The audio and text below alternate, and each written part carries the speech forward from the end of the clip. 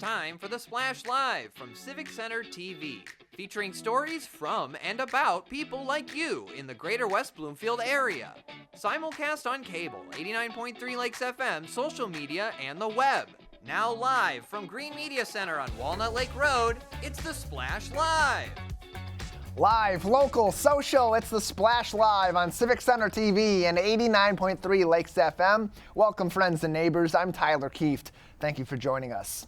The West Bloomfield Lakers finished their regular season with a 7-2 overall record, earning themselves a home playoff game in the process. And there was plenty to be pleased with from their 28-7 performance on senior night last Friday. I spoke to head coach Zach Hilbers about the team's regular season finale and finding balance on the offensive side. Yeah, they're pretty good. We knew they had some guys and some talent, and they kind of, I guess, surprised us a little bit with their defensive game plan. They, a lot of teams try to load up and stop our run game, but they pretty much sold out, forced us into the air a little bit, and that was fine because we knew that Jackson can make some throws and some guys can go out there and make some plays, which they did. To be honest, it didn't feel like it was balanced in the game. I thought we were pretty pass heavy in terms of our chunk plays and our yards. But we go and broke the game down, and you're right, we ran for about 180 yards still. So, I don't know, if guys can put 9-10 people up at the line of scrimmage, we can still run for 180, make them pay in the air. We think, it makes us kind of dangerous going forward. What does a game like that, considering what Roseville put forth defensively against your offensive front, teach you about just how malleable that offense can be as you go up against teams that are going to be well prepared to play you on Friday nights and be able to strategize with their skill players? It's kind of gets you ready for the playoffs because, the grind of our schedule in the league does too. But, there's a lot of familiarity between the OAA Red and, playing Groves and some of our crossover games. So we also, I guess, we can be surprised, but we have an idea of what teams are going to do schematically, and it's just our job to be, the best version of ourselves when we play them. Where, Roseville and, going forward, looking ahead to Brighton, we didn't know exactly what they're going to do. There's not as much familiarity. So it kind of gets you prepared for the, the playoffs where you're going to play different teams, some new teams, and you have to be able to adapt to what's in front of you. Your quarterback, primarily Jackson Carver, making the throws on the season, although Jamal's got much more involved in recent weeks. Talk about the poise of Jackson Carver, because he had a tough second half against Clarkston. His only 3 interceptions of the season were in the third and fourth quarter of that game. And really the later third quarter was mostly the fourth where things broke down. And since then, over 50% passing, nearly 200 yards passing, multiple touchdowns, and virtually no blemishes on that record ever since. For a quarterback in his first season getting varsity reps against this tough of a schedule, what does that tell you about Jackson? Well, he's got the mentality you want. You can kind of put that stuff behind him. You're right. Like, it was kind of unraveled a little bit against Clarkston, but one of those interceptions was the fourth down that he had to rush, and one was a screen pass that I don't want to call it fluky. The kid just made a good play, and we threw it right to him. So, but he bounced back, didn't let it bother him too much, didn't stay down too long. The next week against Bloomfield Hills, we might have only thrown it 2 or 3 times, but we needed him this week, and he stepped up. Defensively, you typically talk about downhill when you're talking about running backs, but it seems that's the case with your linebackers of late, especially Ezekiel Davis, Kyron Merriweather, really getting after the ball carrier on assisted tackles, primary tackles, and even just getting to the football. How big have they stepped up in recent weeks? Yeah, they've been great. Been making plays all over the field. So has Iman Lewis when he gets his chances there in the middle. Kyron's been outstanding. He's just so smart. Gets us in all of our checks, all the right stuff. Zeke's been great physicality-wise, and Iman with a nice change of pace because he's a little bit bigger guy that we're kind of hoping grows into that role more and more. The D-line's been good. We know the secondary's been good, but those guys have really stepped up too. And even in the secondary, you mentioned guys stepping up there. Deuce Banks has had some big pass breakups and an interception in recent weeks, a couple of those, one against Bloomfield Hills, and then even last week, another really nice pass breakup. It seems like all the guys down the depth chart across the way, whether they're starters, they're considered the quote-unquote stars of the team, or they're the depth players, are coming up and making big plays. Do you think your defense is starting to peak at the right point in the season? I guess I hope so. We'll see. We've had a really good year defensively and 2 really bad quarters in the fourth quarter at Oxford and the fourth quarter against Clarkston, where I think each we gave up 21 points. And aside from that, we've played really, really good football. So the message to the kids has been you can be at a really high level, but if you have a bad quarter at this time of year, your season can be over. So it's really about just playing the full game, because when we do, we're pretty good. What do you think is behind maybe some of those moments where your team's playing clean football, really sticking to the game plan well, and then they have those moments where they fall back, get a little bit of the penalty bug, or have an off quarter like they had in Oxford or in Clarkston? Well, I mean, yeah, penalties are going to happen. I mean, it happens at every level of football. You have to minimize, I guess, the mental mistake penalties. The effort penalties that happen, so I guess, for example, is, if you're trying to make a tackle and grab a face mask, it's harmful to the team in field position, but it's an effort penalty. But some of the pre-snap penalties we had, those are mental. A couple of them, inside the 10-yard line, like that can hurt you. And we were able to bounce back Friday night, but going forward, we got to be a little cleaner. And so as you wrapped up that game, the second half really was where the action came in for West Bloomfield. It was very close first half of that ball game, kind of similar to what we've seen in a few different scenarios all throughout the season. What happened in the locker room, or as you came out in those last 24 minutes, to switch that next gear on for your team and lay out the kind of game you expected to have against Roseville? Well, I'll give the seniors credit. They kind of understand the finality of things, with it being their last regular season home game. We're lucky enough to get at least one more now, but we didn't know that at the time. So I think they've been a good group. They've worked really hard, and they kind of knew they wanted to finish the right way. Lakers complete the regular season with a 7-2 record heading into playoff time. It's very similar to a couple of years ago when we made that deep playoff run. A few big-time stars, D1 offers going into major schools in the Power Four, and then a lot of other support players that are stars in their own right or painfully underrated in the state of Michigan. What do you believe are some of the key similarities between that team that had a similar regular season run a couple of years ago and a deep playoff run and the squad you've got in 2025? Well, football, I think more than any other sport, it takes a team. You can have a collection of players in basketball, or a pitcher can kind of carry you in baseball. Hockey can carry you in goalie. Goalie can carry you in hockey. But in football, it takes a team. It always will, and that's why it's such a great game. And I think we got a pretty decently well-rounded and tight-knit group. So we got a shot against anyone, and D1 playoffs, really, it's all you can ask for. You can follow the team all throughout the playoffs and see where you can watch this week's game on civiccentertv.com/LakersSports. You've heard him on the radio and across media in the Detroit area for many years, and now he's going to be leading the way as the Greater West Bloomfield community celebrates those who put their lives on the line in honor of country and community at the Heroes Appreciation Breakfast. Joining me now on the Splash Live is this year's Heroes Appreciation Masters of Ceremonies, Big Al Muskovitz. Big Al, thanks for joining us today. How are you? I don't look as good on TV as you do. Well, hey, you know what? People will tell me all the time I don't look so good on TV either, but here I am still doing the show today with you as we celebrate the heroes of our community. Big Al, this is a big event here in Greater West Bloomfield every single year to celebrate the veterans in our community and even nearby areas that join us at this event. As you come in this year as the Master of Ceremonies, what does a celebration like this mean to you personally? Well, thanks, Tyler. Pardon me. It means a great deal to me, and I'm just a very teeny-weeny small part of it. I've been given the honor of emceeing the event and introducing folks throughout the program. But it's especially near and dear to me because of my affiliation with the Jewish War Veterans Department of Michigan. I'm a patron. I've been supporting, servicemen and women for many years throughout my career. And I can never say enough about folks who make these kind of sacrifices on our behalf. So to be a small part, to wish them well and to show how much we appreciate them, especially as the community of West Bloomfield comes together to do that. So it means a great deal to me. And we know that in the past you have participated in several different events to celebrate our veterans here in the Detroit area. It's something that you do hold important to you. So how did your involvement in this particular event come about? Well, it really mainly through my involvement with the Jewish War Veterans Department of Michigan. A couple of those folks risked their credibility, I think, and passed my name along as a possible person to MC it. So I'm grateful to the Jewish War Vets because I really am looking forward to it.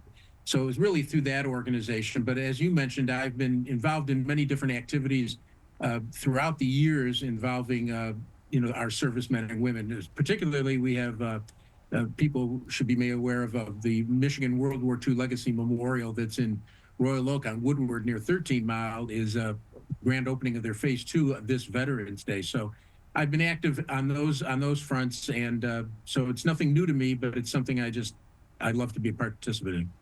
And we've mostly in the past, through our local media here in the Detroit area, heard you alongside people like Dick Purton making people laugh, talking about what's in the news and of conversation in the community on any particular day. This is a little bit different of an opportunity because what's great about you is you're able to entertain an audience with some humor, but also incorporate the really important elements of what it means to serve your country and what that means to people in the community like you and I. So as you approach being the MC of this year's Heroes Appreciation Breakfast, how do you mix a little bit of the humor and the somber undertones? Because the people in that room are the veterans that endured, and we can't forget about those that lost their lives along the way.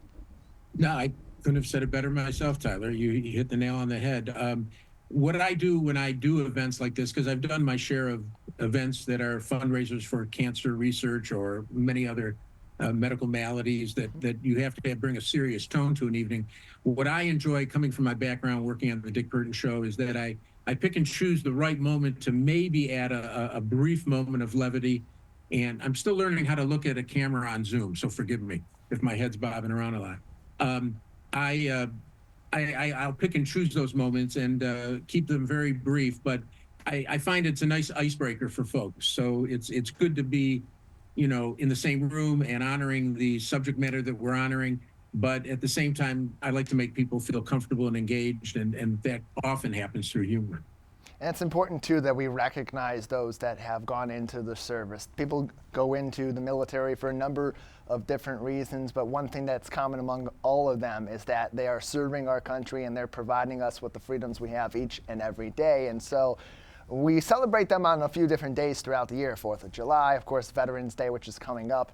And then others like Memorial Day, we recognize those that made the ultimate sacrifice. But as we celebrate those dates and we have gatherings like this that are specifically tailored to those veterans in our community and us serving them in this small but not minuscule way, why is it important that we have these kinds of gatherings that do focus entirely on those that served? Well, yeah, there can't be enough days in the year to honor these folks. And one thing that usually these days are reserved for mattress sales and buying washers and dryers, like July 4th, Memorial Day, Veterans Day sales. And that's well and good, but it's important to keep the message of our servicemen and women, our veterans who have served, who continue to serve, keeping them uppermost in our minds and honoring them every day. These events are great because they singularly highlight what they do and how grateful we are to them. It's a message that should be carried out with everybody throughout their day, throughout their year, and especially in the times we're living in right now. It's as important as ever. So yes, these days are really important, but they go beyond just having a sale for a store or something. We have to remember the deep, deep meaning behind these celebrations. The Greater West Bloomfield Heroes Appreciation Breakfast is the morning of Tuesday, November 4th at West Bloomfield Middle School. For more information on the event, if you still want to attend, there may be some opportunity to do so. wbparks.org/heroes is the place to go for that information. On the day of, doors open about 8:30 that morning to welcome everybody in, give them a good meal before the big show.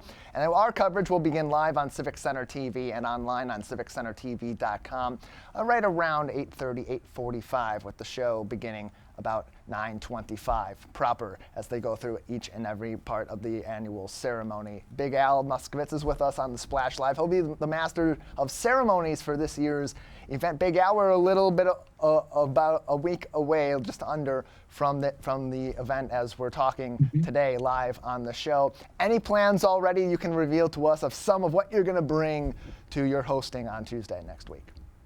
Nothing. I have no idea. No, I often, the closer I get to an event is when this starts kicking in and I start thinking what I can do. I learn more about the event.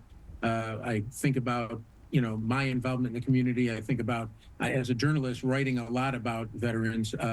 it all kind of comes together the closer I get. So a week out, it's starting to circulate in my brain. But as we get closer, I start to feel the emotion and the gravity of the moment, of which I'm given a great privilege to do, and that's when it'll start to kick in. So that was a long answer saying that I don't have much to say, other than I will tell people I'm a patron of the Jewish War Veterans Department of Michigan, but my military career ended when I was a 6th grade crossing guard at Glen Shanos Elementary School in Southfield. So I was never in the military. People say thank you for your service because they know I'm identified with the Department of Michigan, but my military service doesn't go too far. Hey, being part of the crossing guard team, very important element of being in school. So your service did mean something there. Not quite the military service. We're going to celebrate the important ones. I could tell you stories. I could tell you stories of the crossing guard. It's unbelievable. The jaywalkers had to be terrible. Big Al Muskovitz with us on the Splash Live today. And it's an interesting dynamic, too, as you're preparing for that, because you can only prepare so much before you get on that stage in front of a group full of people who have been all over the world, have served in many different conflicts or at many different bases, or have seen a lot of what it actually means day by day to serve our country. And so there's that natural feeling of wanting to have a little bit of that raw emotion of being in that moment, play into it. But ultimately, when those veterans leave on Tuesday morning at the end of that entire event, what is your hope that they feel in their hearts as they walk out of West Bloomfield Middle School?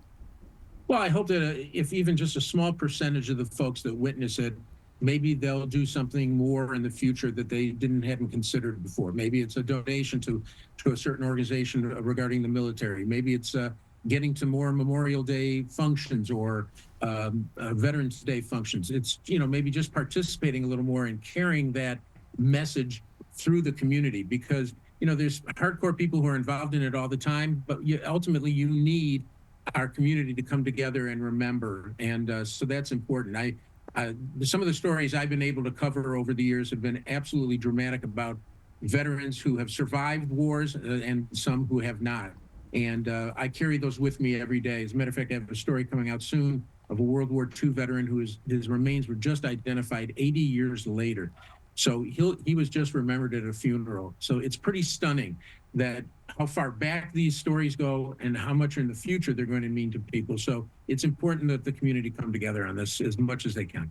And getting all those people that have served across these generations in the same room to share some of those stories, share some of that camaraderie, and see that they have a community here in our local area, also a very important element of that. Big Al, before we let you go, any other message you want to provide to our audience here in Greater West Bloomfield as we prepare to celebrate our veterans on Tuesday, November 4th?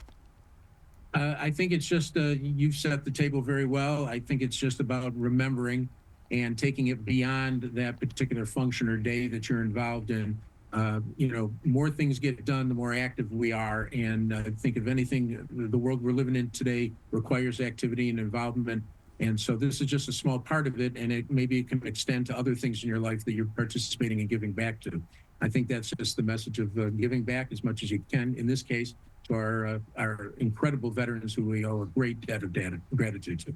And it's always something that they leave proud to have served our country, and also with so much pride in what the community does, celebrating them each and every year. Big Al, thanks for joining us today. It didn't hurt that they told me there'd be a free breakfast, so I have to admit it. I'll go online and say that. Hey, but thanks, Tyler. It was really a joy to talk to you. Great questions. I appreciate it. Likewise, joy to talk to you as well. We'll see you on Tuesday, November 4th at West Bloomfield Middle School. If you want to learn more information on the annual Heroes Appreciation Breakfast, including ways you can get involved, I know even up to the day of, West Bloomfield Park still looking for volunteers to help serve those who have served our country. More information on wbparks.org/heroes. You can also tune in to our live broadcast on Tuesday, November 4th. The main part of the event's proceedings will kick off at about 9:25. That's what's scheduled. Sometimes it's a little earlier, sometimes it's a little later. Lucky for you, we'll have a little bit of, let's call it pregame coverage with Thais Leverett and I. We'll have additional coverage before the event. All that's going to be live right here on Civic Center TV, on civiccentertv.com, as well as on our YouTube and Facebook page. Basically, anywhere you can watch our show each and every day, and we know you do, you'll be able to watch the Heroes Appreciation Breakfast. And we want you to comment also. Share your appreciation for those who have served our country. We are just 48 hours away from costumes, candy, and community as the greater West Bloomfield area celebrates Halloween. But the haunting holiday has its hazards, so I reached out to the West Bloomfield Police Department's Officer Zena Daly to explore the steps that you can take to make sure safety isn't so spooky. Here's our conversation. Officer Daly, thank you for joining us as always as we dive into some of the details that go behind one of the most fun holidays of the year. Hi, Tyler. Thank you for having me. Glad to have you on because there's quite a lot to dive into this. It's all pretty simple and straightforward as families go out for Halloween. They're either going to maybe have small get-togethers at their house, dress up in their costumes, or they'll take their kids out to trick-or-treat. But there's a lot of hidden potential hazards within that people should be aware of, not necessarily scared of. So what are some of the highlights of that, especially for parents that will be going out and about with their kids on Halloween night? For our trick-or-treaters, we always want to be sure that we're staying in groups, or especially if some of the preteens, teens are on their own, you want to make sure that they're in groups and not just going individually, and that parents know what route the kids will be taking so that if they do call them in an emergency, they know where they're headed to. So of course you want to stay in your groups. You want to make sure the little guys are looking, and even the older kids are definitely looking both ways, because as you know, we always have distracted drivers on the road, and it's dark out. Sometimes these kids are not wearing reflective gear, so the kids need to also be aware and look both ways before they're crossing the street to get to another house. If there's sidewalks, let's use those. That's ideal. If not, of course, stay either on the grass at the edge or very close to the grass. That way, you're away from the vehicles that are kind of coming to and from through the subdivisions.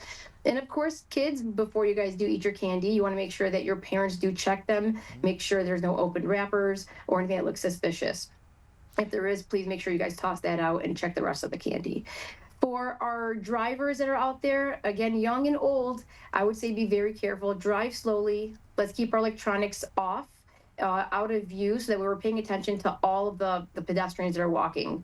Like we all know, kids will just dart across the street if they see something that looks exciting, or like maybe they're giving out some really good candy. So let's be aware, drive slowly, and make sure we're watching those kids that come between the cars. And that's usually where I think when you're not paying attention, the first thing that happens is the kid comes between a car and you're very close to them. So I would say, I'm sorry, go ahead, Tyler. Yeah, and to consider that for drivers too, because it's one of the first things you learn in driver's training, or you have to learn as you're undergoing some additional driver's training later on, is that you're supposed to yield to pedestrians. But this is an interesting night, because in your neighborhood, or even out on some of the township roads here in West Bloomfield, there's going to be people walking in the streets or across the streets a little bit more than normal. Does that change any of the expectations for drivers in our neighborhoods especially? I would say you still need to yield. Absolutely. Drive slower than you normally would, because there's so much more foot traffic. So if just to be cautious, just drive a little bit slower to get to where you're going. In the same side, the pedestrians also have a responsibility of paying attention to the vehicles that are driving through the subs, and that they're not running out in front of them, that they have their kids' hands if they're very young, just that they're very, very careful and paying attention to where their kids are as they get closer to the street. There have been in the past some curfews, and I know other communities also implement curfews that say these are the times during Halloween night that you're permitted to be out and doing trick-or-treating. Sometimes it's neighborhood dependent, sometimes it's municipality dependent. Are there curfews in place in West Bloomfield that you're aware of, at least from the police department and the township? As far as I know, typically it's 6 to 9 p.m. And I know some kids do go a little later, and those are usually the older kids, the preteens, the teens. But after 10 o'clock, I would say absolutely I would not open your door. I would turn the lights off and be done with it. All right, so we'll flip to the other side of this dynamic now, from the trick-or-treaters to the homeowners, because a lot of them love to get involved in Halloween, passing out the candy, getting to know some of the families in the community. It's a great way to do that, but it's also quite a vulnerable position to have people coming up to your doorstep, knocking on your door, seeing inside of your home. What are the tips from the police department for homeowners, especially those that will be participating face-to-face with trick-or-treaters in their neighborhood? So if you're gladly opening up your door and passing out candy, but you feel uncomfortable with someone that's coming to your door, let's say your doors, sometimes the doors are completely closed and the kids have to knock and wait for someone to come to the door. If you're not comfortable, then just don't answer the door. You don't have any obligation, even if your porch light is on, to answer the door and pass out candy. So, and if you feel like there's a danger, then absolutely call the police department and let us come out and check it out. Just don't open the door, give us a description of what you see and why you were afraid. If you don't want to pass out candy, please make sure that so that you're not disturbed, turn your porch light off for at least that time period. I know you probably went out through the night, which I always encourage lights on around the house. But during that time period, I would keep the porch light off so that kids know we're not passing out candy here. And once again, if you are passing out candy, please be aware of your pets. Make sure that as you're opening up that door, they're not able to run and dart out, and either attack the kids or and even if they're friendly, still running out and into the road. So you definitely want to be careful with that. And even more of these helpful tips are currently available on the West Bloomfield Police Department's Facebook page. Follow them at West Bloomfield PD for even more information. Officer Zena Daly is with us on the Splash Live today, Community Relations Officer for the West Bloomfield Police Department, as we get ready to celebrate Halloween in West Bloomfield on Friday, October 31st. Officer Daly, a lot of other people will have gatherings in their home for Halloween. Yes. Also another alternative that people, especially adults, whether it's on that Friday night, a perfect night for a gathering like that, or over Halloween weekend. Any advice for those homeowners that are going to be bringing people in for parties at their house to keep themselves safe, as well as those that they are hosting? Yes, I'm glad you brought that up, actually. I will start with our younger, our preteens, our teens that do now start to go to Halloween parties instead of either partaking in Halloween trick-or-treating or, like you said, between this week and Halloween where they are having parties. Make sure the parents or an adult, a trusted adult, know where they are, have the address if they're driving themselves or driving with a friend. Make sure that an adult, your parent, knows where you are. If you have an iPhone, you can have that Find My option, and if not, and you have something along the lines of, there are apps, something like Life 360, where you can kind of track each other's location. Parents, if you do have those in place, make sure that those are working properly and that you do check them just in case, or if you're worried, or if your kid calls you or texts you and something unusual seems to be happening. If you feel uncomfortable at one of these parties, I would suggest immediately call your family member, have them come pick you up. But if you feel like you're in a dangerous situation, an unsafe situation, I would call the police department, go to the bathroom, leave the house, and call us immediately, and we'll come out. Yeah, if you're adults that are, what's that? I'm sorry. Please continue. Yep. Also, if you're going to adult parties where there are adult beverages, there's alcohol involved, please make sure that you have a sober driver. Make sure that you have Uber set up so that you can at least have a ride home, just as long as you are not the one driving home. Way too many people out there, a lot of traffic. If it's on Halloween, a lot of kids, and that's the last thing that you want. That's something that we want. So we just want to make sure that you remember, have your designated driver set in place.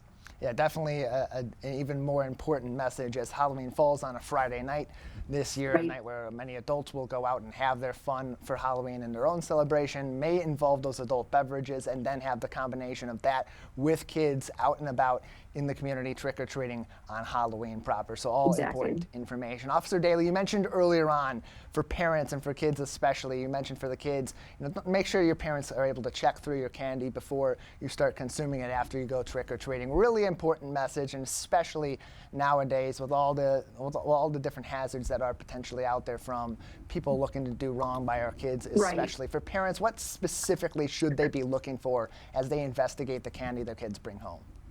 I would say always make sure if there's an open package, you toss it out. If there's holes in it, you want to make sure that in their bags, it may not be the candy, but while you sift through their bags, I would, instead of putting your hand in the bag, I would lay it out just for needles, razors, or anything of that type. You don't want to get stuck with any of that.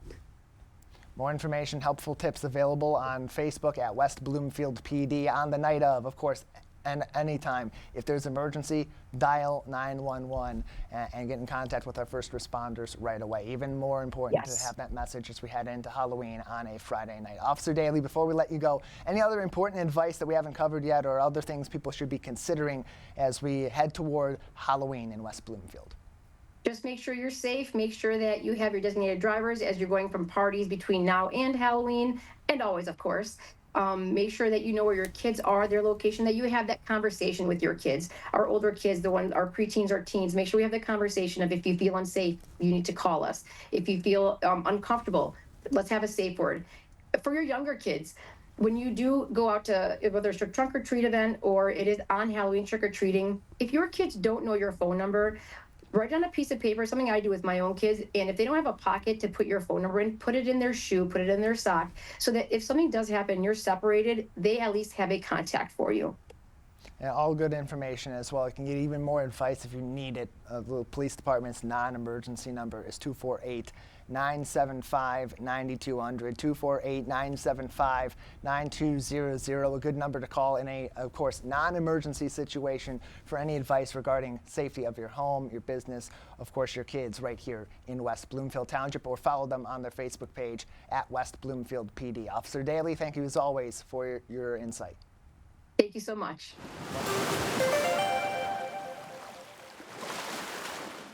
More helpful information and safety advice is always available on Facebook on West Bloomfield PD. Facebook.com/West Bloomfield PD is the place to go.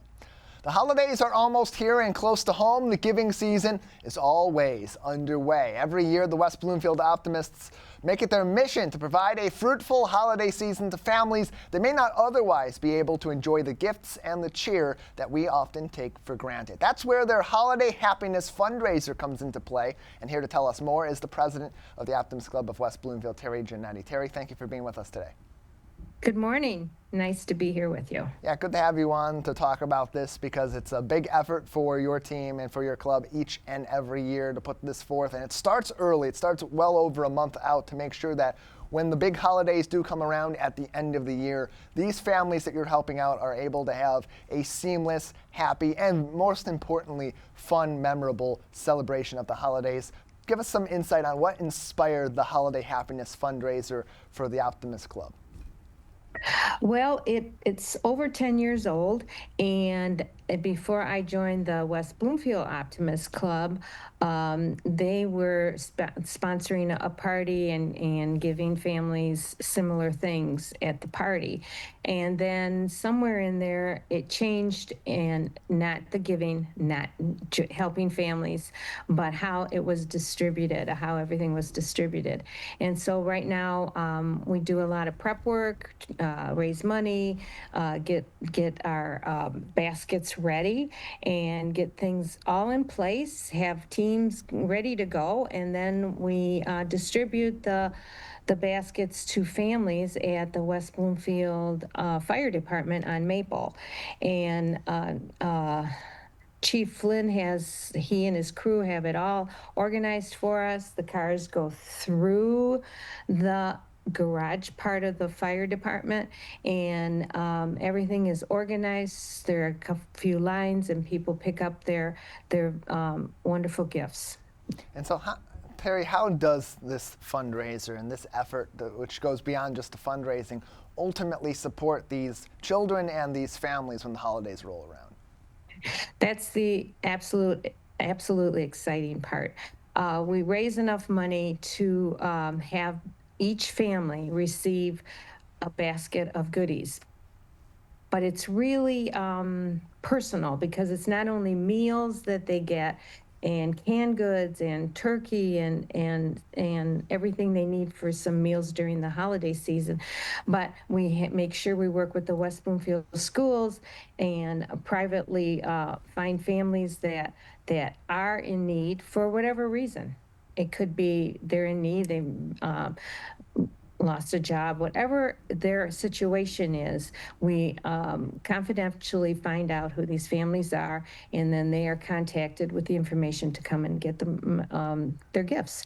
And so we know their jacket sizes, and we make sure I love this part, is getting warm jackets for kids, and gift cards, and toys appropriate to their age. So it's very personalized, and we do some work with the Jacket Club of Keego Harbor, and so it's a great opportunity. And when you hand them all these gifts, the looks on their faces and the tears and the smiles are worth every minute. And that's a really important point that you brought up, how lucky and how fortunate we are to have two clubs in the greater West Bloomfield area that do take the idea of holiday fundraising, providing gifts and trinkets of the holidays to individual families or to individual people that is personalized, because that's not something you get in every single community, and it adds a very different and even more personal element to this fundraising effort, because the funds that you're raising, the items that you're collecting, they are of absolute need to these families in our community. And when they do receive these gifts from their neighbors in greater West Bloomfield, how does that add another element of care to what they're receiving and warm their hearts even more at that particular time of the year?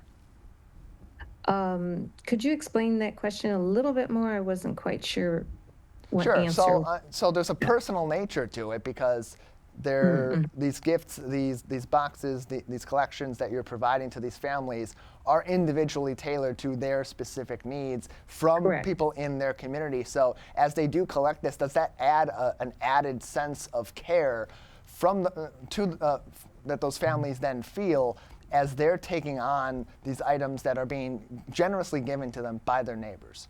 Definitely, definitely. And they also know when we do a lot of the PR and come in all the details, they also know that people have put time in before the actual distribution date, which is December 21st is the distribution date. The December 13th is wrapping day, and that's when people that are in the community or relatives of ours come together and wrap things. And it's extremely organized, because you have to make sure you're giving the unique size and the desire of a certain toy. We have to make sure nothing gets mixed up. And so they know there's a lot of community work that goes in. And I think that makes it even extra special. It's not just the Optimist members, it's additional people in the community. Terry Giannetti is the outgoing president from 2024-2025 of the Optimist Club of West Bloomfield, and plays a big role in their holiday happiness fundraising as they provide much needed gifts and items to families in the greater West Bloomfield area each and every holiday season. Terry, you mentioned just a few moments ago partnerships with organizations like the Jacket Club of Keego Harbor. That's just one of the many different groups and organizations that do partner in this fundraising effort from the Optimists here in West Bloomfield. How important is partnership in making this effort happen? Because it's no small undertaking. We value anybody that can help, anyone. We value those people so much. And, if you read some of the research, especially if you yourself are going through a hard time, the best thing you can do is reach out to others. It is just the best feeling that you get back. And many of these people join because either someone has helped them, or in their lifetime they really realize that the best thing we can do is to give to others. And it's just, there's no way to explain the feeling unless you're there part of the wrapping day or the distribution day, and then you talk to the people, those who are distributing. They make comments such as, "I can't believe you're doing this."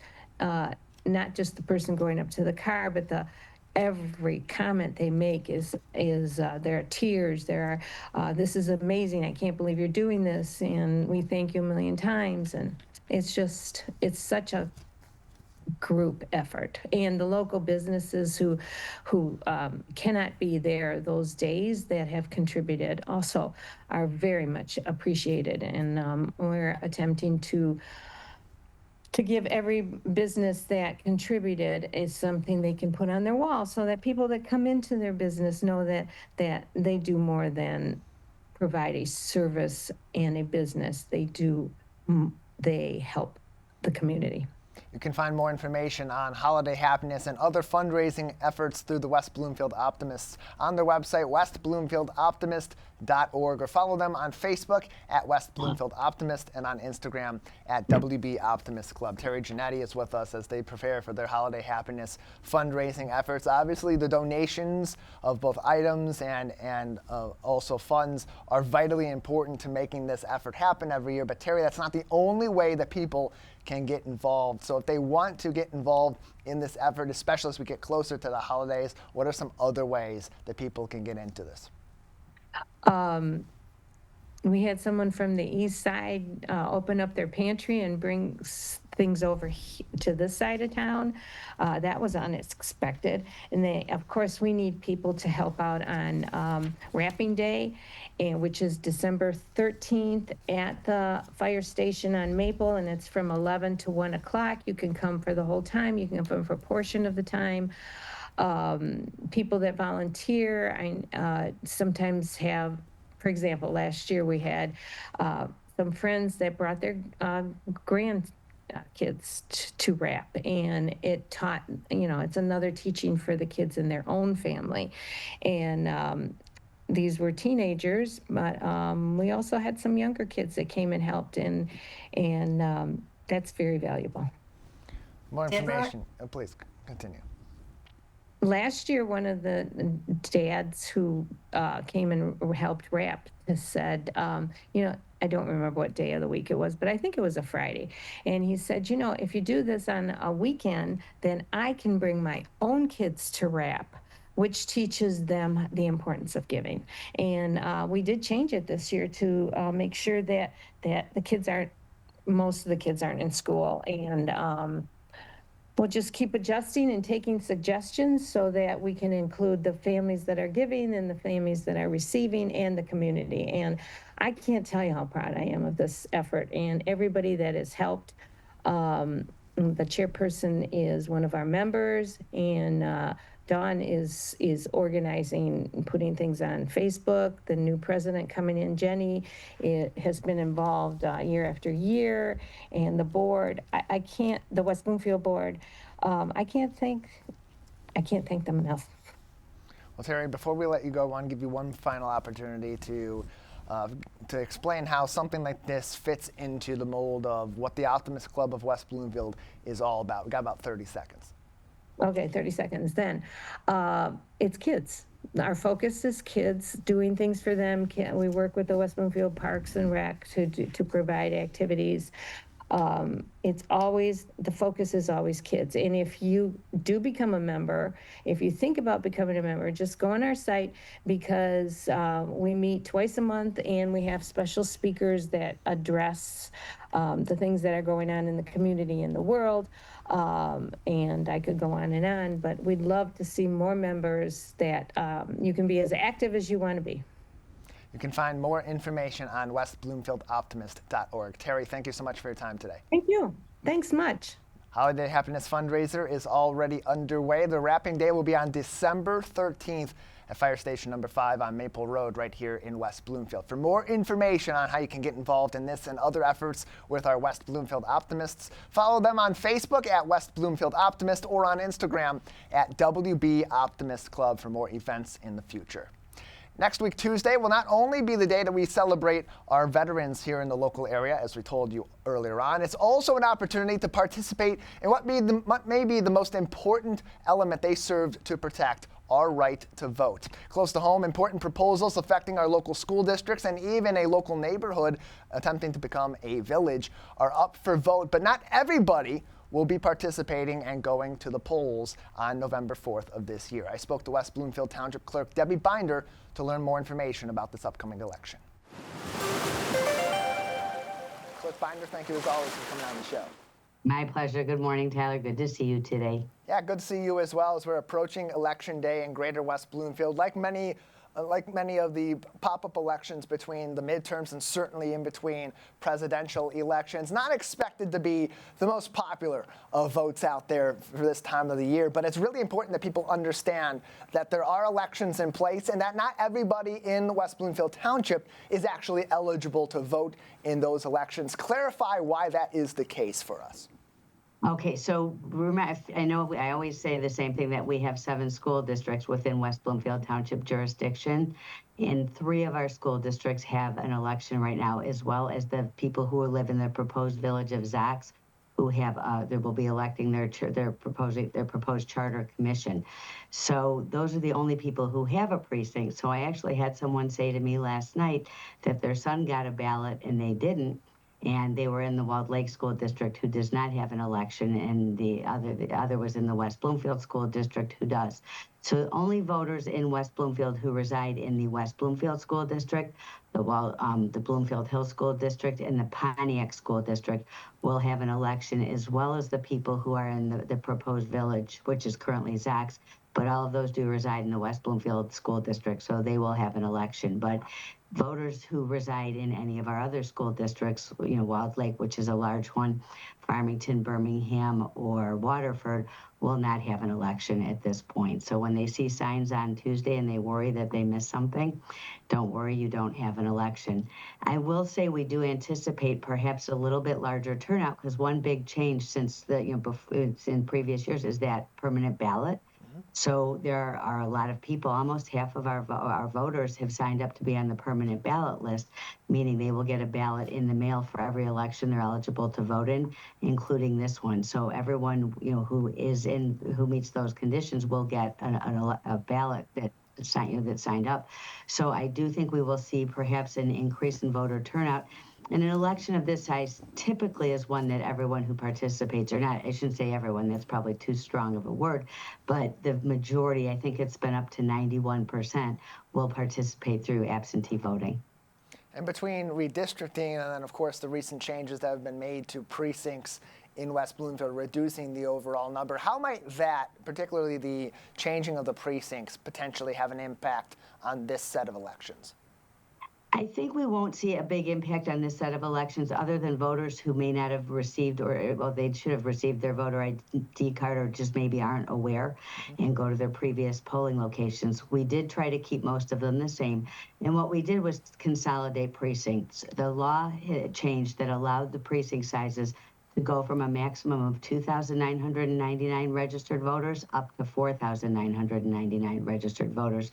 Reason for that is we have seen a tremendous shift in voter habits as we've had more opportunities and options to vote, like early voting and absentee voting, and no reason absentee voting. You've seen more voters switch their habit toward those, and fewer voters are actually going to their precincts on election day. We did wait. The law came into effect in 22. We didn't implement the changes until after we saw what the 24 election turnout was and had the metrics from that to look at. But that confirmed when we saw, and literally these numbers are as round as they sound, 50% of our voters voted by absentee, 20% voted in early voting, and 30% voted in the precinct. So in looking at the number of voters that are coming into the precinct on election day, laws were changed in 22 to allow those precinct sizes to be made up of more voters and consolidate precincts, which is what we did. So you will see this election, so this will be the first election that we have gone from 26 precincts down to 20 precincts. And we did, almost everyone will have a new precinct number. Most will stay in their same polling location. So even if they don't know that they have a new precinct number, they should end up at their normal polling location. But that is not the case for everybody. So I do see that habit change will could take one election of going to the wrong location. But again, I go back to that we've seen up to 80-90% that have voted absentee for a small election like this. So I think that this will be consistent, and we have done a good job of getting the word out that people have a new polling location, and everybody in the township did receive a new voter identification card. Tuesday, November 4th is Election Day in Greater West Bloomfield. Only in select cases, as was mentioned earlier on, a couple of the school districts in our local area have some ballot proposals, and then those in the Zax neighborhood in West Bloomfield will be voting on their charter commission as they attempt to become a village within West Bloomfield Township. More info on that and the election can be found on wbtownship.org, or of course you can follow the township on their Facebook and Instagram pages, both of those at the handle @West Bloomfield Bloomfield, at WB Township on Facebook and on Instagram at WB Township for more information. Clerk Binder, with all these changes recently and with the specifics of this particular election, how has your office been working to ensure transparency and proper communication to the community so that people know if they are potentially eligible to vote in this election, and that those key changes that maybe affect them this election, maybe affect them the next one, are communicated properly and they understand where they're supposed to be and what they may need to do for future elections? Well, I go back again, Tyler, to the statute lays out very clearly what the obligation of the clerk's office are, and those ensure and guarantee transparency. So every single voter in West Bloomfield with the consolidated precincts will have received a new voter identification card. And then we also send out applications to those who are on the permanent application list, not on the permanent ballot list, that allows them to check a box to literally request to be on the permanent ballot list. We do need to have a signature to put somebody on the permanent ballot list. So that application becomes one of the vehicles with which they can request to be on it. And we have gone up, I would say, since I came in originally from a permanent application list, I believe it was about 6,000. We're up to 23,000 that are now participating on the permanent ballot list. So we have seen that word getting out very well. I do think, though, that there will be, every election we do have some confusion about it. I drove by and I saw signs, but I didn't know I was voting. So we do anticipate that, and my staff is beyond friendly, and they're when we get those phone calls, they field them nicely. But everybody has been notified, and everybody has had the opportunity to join that permanent ballot list probably for the last 2-3 years. They have received that as part of their application. So we do our best when they come to the counter. We also make them aware of their options, and I do think that it does take one cycle sometimes for voters to get into the new groove, so to speak. But I do think that we do a good job getting the word out there. And in a large election, we usually do take out an ad in the paper as well, just to remind people of changes. But I would say that if there's any question, there's a couple ways to check. You can call the clerk's office at 248-451-4848. Again, it's 248-451-4848. Or you can go to the Michigan Voter Information Center through the Secretary of State, which is either easiest way is michigan.gov/vote. michigan.gov/vote, and voters can check all of their information through basically through the database. But what is important, as I mentioned, the Voter Information Center, today is the last day to register by mail or online. So if somebody does want to register for this election, and they want to do it without coming to the clerk's office, they want to be online or by mail. Today is the last day. After today, the only way to register will be in person at the clerk's office with residency verification. So they can still register that way up through 8 p.m. on election day. You would need to come, though, after today to the clerk's office in person with residency verification. People who wish to obtain an absentee ballot can do so up to 4 p.m. the Monday night before the election. People who register on the day of the election can also get an absentee ballot on election day. They would have a choice if they want to vote by absentee ballot or they want to go to their precinct. Typically, when they register on that same day, they are excited to go to the precinct and have that experience voting. But we do, as it gets later in the day, we will kind of suggest if they can't make it to their precinct in time, that they may want to choose to vote absentee ballot. But everybody who is not a same-day registrant does have to request their absentee ballot by 4 p.m. the Monday before the election. And the 4 p.m. is a hard stop. It's a statutory stop. So even though the township's open till 4:30, we can't hand out a ballot after 4 p.m. statutorily.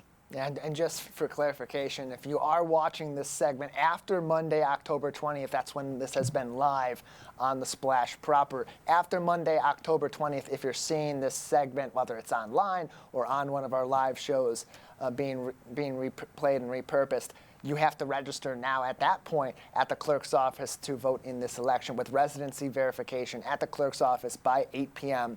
on Election Day, or as Clerk Binder said, for an absentee ballot by 4 p.m. on Monday, November 3rd. That is a hard deadline, Monday, November 3rd, 4 p.m. for absentee ballots. That being said, early voting still an option for those that are registered. Debbie, what do voters need to know about early voting for this election in Greater West Bloomfield? Absolutely, it's a great point. And so early voting will be available beginning, I have it at, on Saturday, the second Saturday before the election. So it is October 25th through November 2nd. It is at the West Bloomfield Library, the main library, and begins on Saturday. It goes Saturday, Sunday, Monday through Friday, and then Saturday and Sunday. It is from 8:30 to 4:30 p.m. daily, except on Thursday when it's from noon to 8. And for those who may not be aware, you can actually bring your absentee ballot with you to early voting and put it through the tabulator yourself. So those who want to kind of mix the experience of having their permanent absentee ballot but still feeding it through the tabulator themselves, you may do that by either taking your ballot with you to the early voting center or to your precinct on Election Day. So, lots of opportunities to cast that ballot. So keep that in mind. Early voting is a nice alternative. I know we may have some people that, in November of 24, the lines were very long for early voting the entire time. We do know that. It was, countywide. And I do anticipate in a large presidential election, we will continue to see that the lines on early voting are long. But I can assure you for this election, the lines won't be long. And my guess is for most of the elections in between the presidential elections, the lines won't be long like that. So, I still would, urge people to consider early voting as a great option. It really meets a need for people. As everything has gotten different, people are traveling more for work. They may work a swing shift. Whatever the reason is, if they have a vacation planned, or, we had absentee voting, but now early voting really gives them an option for somebody who wants to cast their ballot in person to go to their polling location and cast their ballot and still accommodate their work schedule or their vacation schedule. So it's very convenient. And I know in a small election like this, the staff that's working it will be very happy to see people who come in because I think they get a little bored. So I would urge people that this might be a good election to try it, and try bringing your absentee ballot with you. You can use that and put in and feed it through the tabulator. They will convert it to an Election Day ballot when you go to the early voting center, but it's easy. You can bring it in, vote it. They're going to record that, and you get to put it through the tabulator yourself. So it's a great opportunity. And plenty of opportunities to do that. It's not just the weekends before the election leading up to it. It's also each and every day during the week and during that also. CivicCenterTV.com will have more information on that. That will direct you to the clerk's office's website. And you can also follow the township for more information on elections and more all across social media, Facebook and Instagram at WB Township. Clerk Binder, another big story in the Greater West Bloomfield area right now. Fire Station number 1 renovation is underway there. A very big project and a big moment for West Bloomfield Township, as it's yet another big investment into public safety, this time on the fire department side. How excited are you and the other leaders at Town Hall for this project to get underway and bring that fire station really in one of the more central parts of our community in West Bloomfield Township and in the greater area proper into the 21st century, into 2025 with a practically brand new state-of-the-art facility? So I am excited to see it. Obviously, it is a flagship on Orchard Lake Road, but it's a big investment. So just updating a flagship is certainly not reason enough to make that kind of investment in the community. The reality of public safety is a reason to invest, as well as ensuring the safety of our firefighters. And I don't know if anyone, who's had an opportunity to see the fire station, but it really hasn't been updated since it was built. The kitchen, it definitely has a Brady Bunch look, but it also has a much older function. And in terms of everything we know and the demands on safety for our firefighters and protecting them and changing workforces, there have been many reasons that have come into play to look at updating the function of the fire station as well as the form of it. So I think we took a comprehensive look at what kind of changes need to be made. And obviously the process is still underway in looking at the design component, but there has been some we're well into it for sure. But it's looking at what meets the needs. Again, this one has met the needs for over 50 years, and we're looking at how are we going to meet the needs for the next 50 years. And I think when you talk infrastructure at any point, infrastructure right now is expensive, but infrastructure around 50 years always needs an investment. And when we look at what we really have gotten a lot of time out of the structure that exists, and we're looking at how to make sure we get that kind of time out of the next, I won't say next structure because it's a remodel more than it's not getting torn down, but we are looking at changes that need to be made to make it go for the next 50 years as well.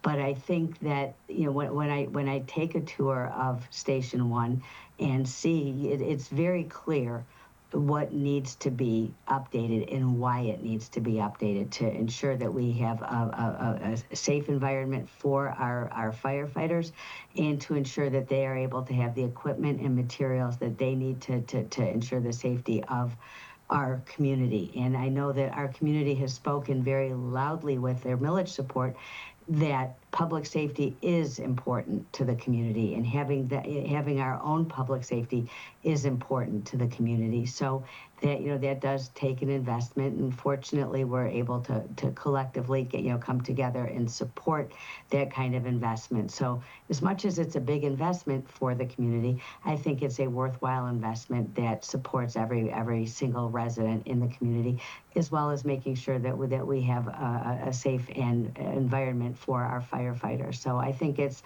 an exciting investment, it's an important investment, but I also think that it is a flagship visual for Orchard Lake Road. So it will be nice. And I know in looking at the design, they incorporated a little park-like walkthrough area that will provide, people that it is a common walking space because it does connect the Kroger, let's say, that mall down to the high school. So people do walk through, and it will have a little bench and a sidewalk in front, which will maximize just the use of the area by the public, but we will also have a public safety asset that will be tremendous for the community for many years to come. Well, it's going to be a great facility there, and there's plenty of detail already out in the public on this as well. If you want to learn more about Fire Station number 1, go ahead and watch back some of the recent West Bloomfield Township Board meetings, as well as the West Bloomfield Township Planning Commission meeting from October 14th. Those available on demand on CivicCenterTV.com, or our recent story about the renovations, where you'll hear a little bit from Captain Jeff Latkowski and a little bit about those special designs and community spaces from West Bloomfield Fire Chief Greg Flynn. In the meantime, November 4th is Election Day in Greater West Bloomfield. Clerk Binder, thank you for giving us more information. Okay, thank you very much, Tyler. Much appreciated. If you have more questions about the upcoming or future elections in Greater West Bloomfield, in West Bloomfield Township specifically, call the clerk's office at 248-451-4848, or follow the township across their social media accounts. All of those are at WB Township.